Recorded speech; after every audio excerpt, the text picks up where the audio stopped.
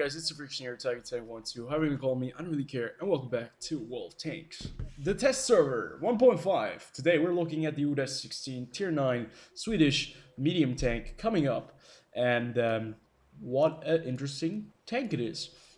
Basically, it is the predecessor to the Udes 1516, and although they never really built this version into a complete prototype, and it was always just a blueprint, they did manage to build a prototype of the Udes 1516, which is actually a combination of this vehicle and the Udes 15, which came from the company Bofors. Now, you probably know the company Bofors if you have some military knowledge and some knowledge of arms cooperation or industry.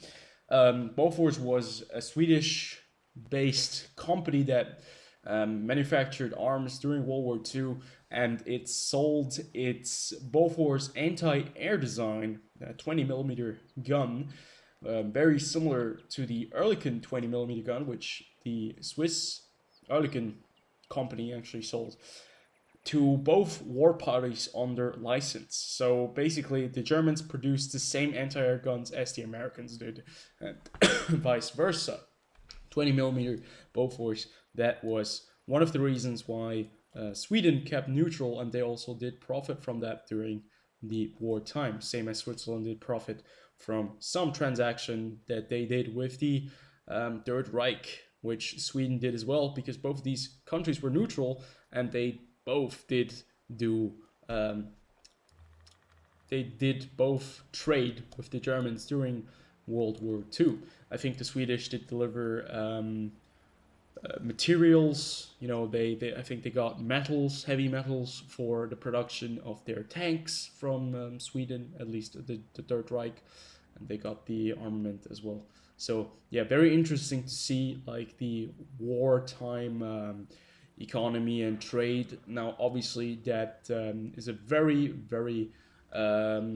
controversial topic up until today, because historians are talking about, you know, the support of the Third Reich from these countries, which were supposedly neutral, or neutral as in the Swiss part and Sweden, but it's more complicated than that. Yeah, they had quite a big controversy about who took which sides, you know, by still trading with them, but that is an entire different point. This is not what we're going to talk about today. We're going to be talking about the Udes 16, which comes from the company, wait, we can check real fast, Hägglunds, and basically what I wanted to say, that the Udes 15 and 16 was a combination of the Hägglund and the Bofors companies, both together, and they pretty much made the Udes 1516 right here. A prototype was built, at least in, you know, in some shape and form, but it never went into production as a main battle tank for the Swedes. Now, this looks really cool. In my opinion, it looks cooler than the Udes 1516 because it just has like an even flatter turret. It doesn't have this bump at the commander's hatch level right there. And it has these, I'm not even sure, these grills at the front right there. I'm not sure why they have them, but you can probably like store equipment on it. Because otherwise there's not a lot of space where you can put things on this vehicle where it would actually fall off. You still have some equipment. This is always the most interesting part for me. How do you store all this equipment that you need, you know, spare stuff for your vehicle when you have to do maintenance on them? And it looks like the shells actually might just get thrown out from the back. I'm not sure. Like the AMX 13 series actually had a little hole in the back where they were able to discharge the shells, the cartridges. And I'm not sure if they have it here, but it would be really cool if they added that into the game. So we're taking a look at the fully upgraded version. Now, the stock tank actually has a different kind of turret, which is kind of similar to the Udes 1516 turret. and it actually runs with a 105mm gun. But we're not going to be taking a look at the stock version, we're going to be taking a look at the fully upgraded version. So, this is the second iteration. We're going to be covering the tier 8 next. So first we're starting from tier 10 to tier 9 to tier 8. This time around we're going down the line, and we can actually see just how the development changed over time, and usually you go the other way up, but it doesn't matter. So firepower, mobility, concealment, spotting, and survivability will be the main talking points here. As always, we're going to be talking about the main characteristics of this vehicle, then we're going to be playing 1 or 2 games, and then I can give you guys a little bit of a verdict what this tank is going to be like. We have already seen the tier 10, what it was capable of for a tier 10 vehicle running around with a 120mm gun as a medium tank and at very, very good angles where you can actually use the gun depression to your advantage. The vehicle was very, very strong indeed. We were not able to bounce the Jagdpanzer E100 with heat shells, but I think that is a feat that not a lot of vehicles can achieve, except if they are super heavy and they have, like, I don't know, they show the tracks or something like that. Because let's face it, a heat shell from the Jagdpanzer E100 usually goes through any tank. So, current company included. So the alpha damage on this gun, 390. This is a tier 9 tank with a 105mm gun, 234mm of average penetration, which is not that impressive, to be fair, because if we take a look back at the Leopard prototype A, the vehicle actually does have over 260mm of penetration, since it's the same tier 10 gun. This time around, it's not the tier 10 gun, it's a tier 9 gun, and it only sports 234mm of penetration. But it has not that great of a fire rate. It's decent at best, 6.82 rounds per minute. The fire rate is definitely better than on the Leopard prototype A, but that mainly has to do with the amount of, it has less pen, but it does the same amount of alpha damage. Now the turret traverse speed, or gun traverse speed, 39.47. It doesn't turn that fast. I've noticed that when I was playing the Udes 1516 and I was on a hill and I didn't turn my turret fast enough, I got hit right in the face or at the side of my turret, which starts immediately right here and right here, and it really does hurt. So keep that in mind. 12 degrees of gun depression, this is where this vehicle is at. This is where the strength lie at with this tank. 21 degrees of gun elevation. You can see with the added bonus of having a siege mode, this is going to be just, you know, this is how you're going to be able to handle all the hills and ridge lines for your liking. 1.88 seconds aim time. This is very, very nice. 0.34 dispersion at 100 meters. Not as accurate as the tier 10, but not too bad either. And the DPM does fall off a little bit, 2,661, opposed to the 3,400 DPM that you had on the tier 10. Now, that was obviously because of the gun, and that the rate of fire was basically the same or even a little bit higher, which is quite fascinating when you're going up a tier. Not too bad, not too shabby.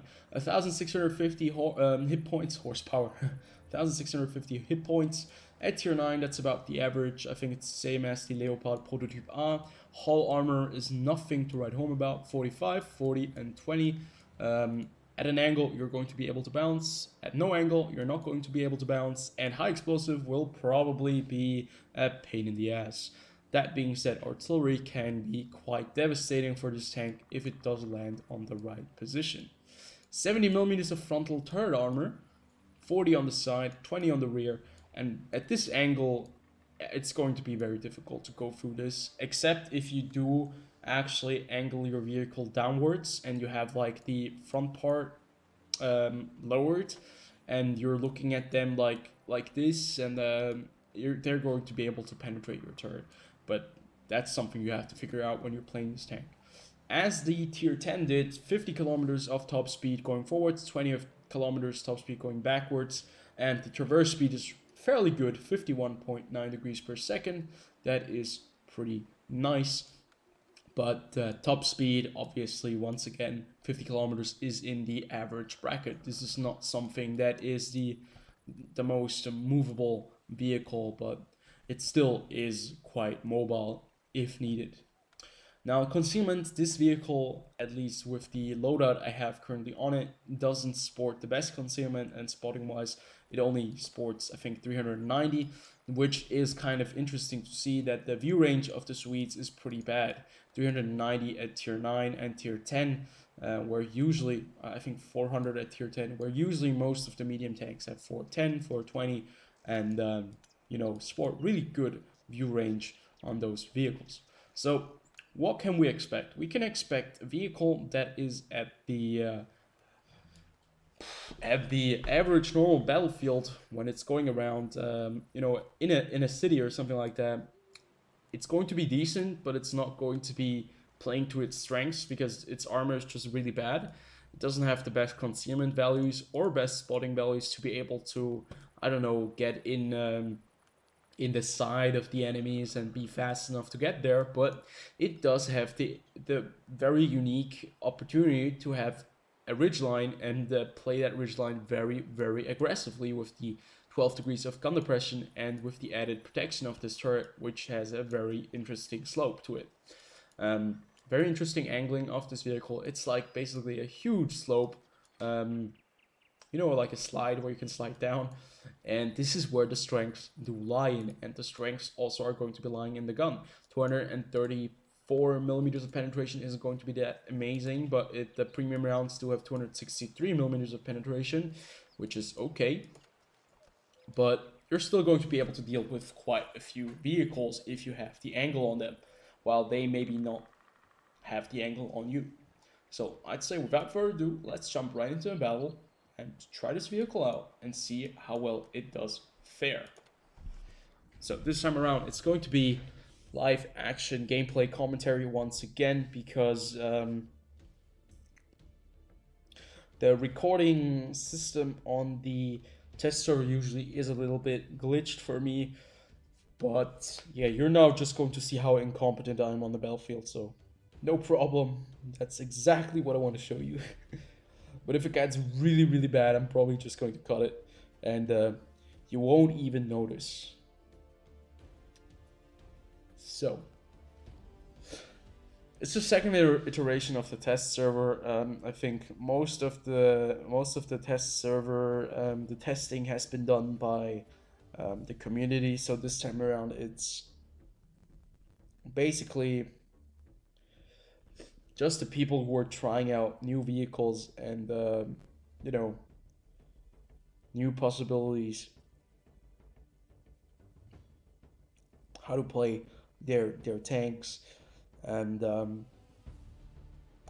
not to say that there's no one trying out the vehicles anymore, but at this time usually the test server does dwindle down a little bit, because it's the second iteration and it's not going to be taking very long to to release the final version of this test server onto the live server. I'm quite excited for the premium changes, but we're going to be seeing how well the Swedish tanks are going to be adapting onto the live server. I think there are quite a few people quite interested in them, especially the ones who really enjoyed the siege mode on the tank destroyers. But I'm not sure. I really like the Leo. I like the tier 10, at least when it had the very special, you know, the game where it was able to use that ridgeline for itself. You just have to really get used to the different situations that you can use your vehicle in. Now at this stage of the test server, you can see we're playing against some tier 9s and tier 8s. This is the stage where a lot of people have actually stopped playing the you know, the new vehicle releases, because they have seen it already and they've played it like maybe the first 2 weeks a couple of times. So this is where you have like the best testing environment because you're fighting against vehicles that are usually driving around the same, you know, and the live server as well, not just the Udes 16s, where at the beginning of the test server, tier 9 was probably just flooded with them, and it doesn't really represent an active or a real scenario where the Udes, you know, would have been played at in the live server, or how it would have played out in the live server. It does look very cool. I really like the design on the back. It basically feels like a tank destroyer. If you put it down like this, it just feels like a tank destroyer that doesn't really have a turret, especially from the front. It just looks like one sleek design. The Swedes were always very special with their vehicle designs, very futuristic and sometimes weird, but much focused on the adaptation to, you know, to fit the needs of the country and the environment of Sweden. And that is, I think, the best design choice, instead of, you know, just picking up a Leopard 1 like the Finnish did, or not the Finnish, like the Danish did. Obviously that's a smaller country. They basically just decided to, you know, create their own vehicle. And this is just beautiful. This is amazing, having, you know, this amount of gun depression at a hill, where you can use this to protect your lower hull to your advantage, and just, you know, peek over the ridgeline right there. We're never going to be able to penetrate the Udes with standard rounds at this angle. I don't think he's going to be able to do it either. But look at how much sticks out of our tank. It's just the little part of our turret right there. The Progetto, let's see if he actually manages to hit us right there. But a tank like this is the siege mode right here, right? You can see it's elevated in the back. A tank like this does pose a very, very juicy target for artillery. So you have to keep that in mind. But I myself, I am a huge fan of ridges and, you know, fighting for them and around them and on top of them. Wherever, if there is a ridge, you're going to find Tiger Tank sitting in a vehicle trying to capture that ridge, even if it is not important for the map control. Okay, maybe not, but I think this is just, it just shows you how impressive it is that they're toying with different ideas. Now, obviously, the balancing act is going to be very, very important, that they get this right. If they don't get this right, it doesn't matter if they have this new mechanic in the game. If it doesn't fit into the game really well, and it kind of blocks something else, and, you know, damages maybe the average matchmaking, then it does pose a threat to the game. So I'd much rather see it thought out, put in very well, instead of, you know, just put in because of the reason of just having new content. That is, I think, a lot more important. So what we have right here is a situation where we're going to be hauled down on this part of the hill, on this ridge, where we actually can shoot down into the city. We don't have the view range though, which I did say is a big negative on this vehicle. 390 millimeters. I think we have something along the lines of 400 something. I'm very interested. Okay, he actually penetrated our viewport right there with standard ammo, which is fascinating to say the least. Oh god. Yeah, you have to be careful that you don't overextend and expose your hull, like I just did there twice, because, yeah, it always takes a while to get into siege mode. You have to activate it first, not with a button, but it does activate as soon as you stop. And this is where this vehicle really is kind of, yeah, where it is vulnerable. And I did play it kind of badly. I did have this hill to my advantage. I could have driven down a little bit and, you know, tried to siege mode right there. And then I would have been able to actually engage these guys over there, or these guys over there with just the turret armor sticking out. But yeah, I'm still learning this tank. I'm still learning the way how you're supposed to drive the Swedish medium tanks, and yeah, we're going to see. I'm just going to skip ahead, go to the next game, and yeah, shorten the video length by not making you wait around for the end of this battle.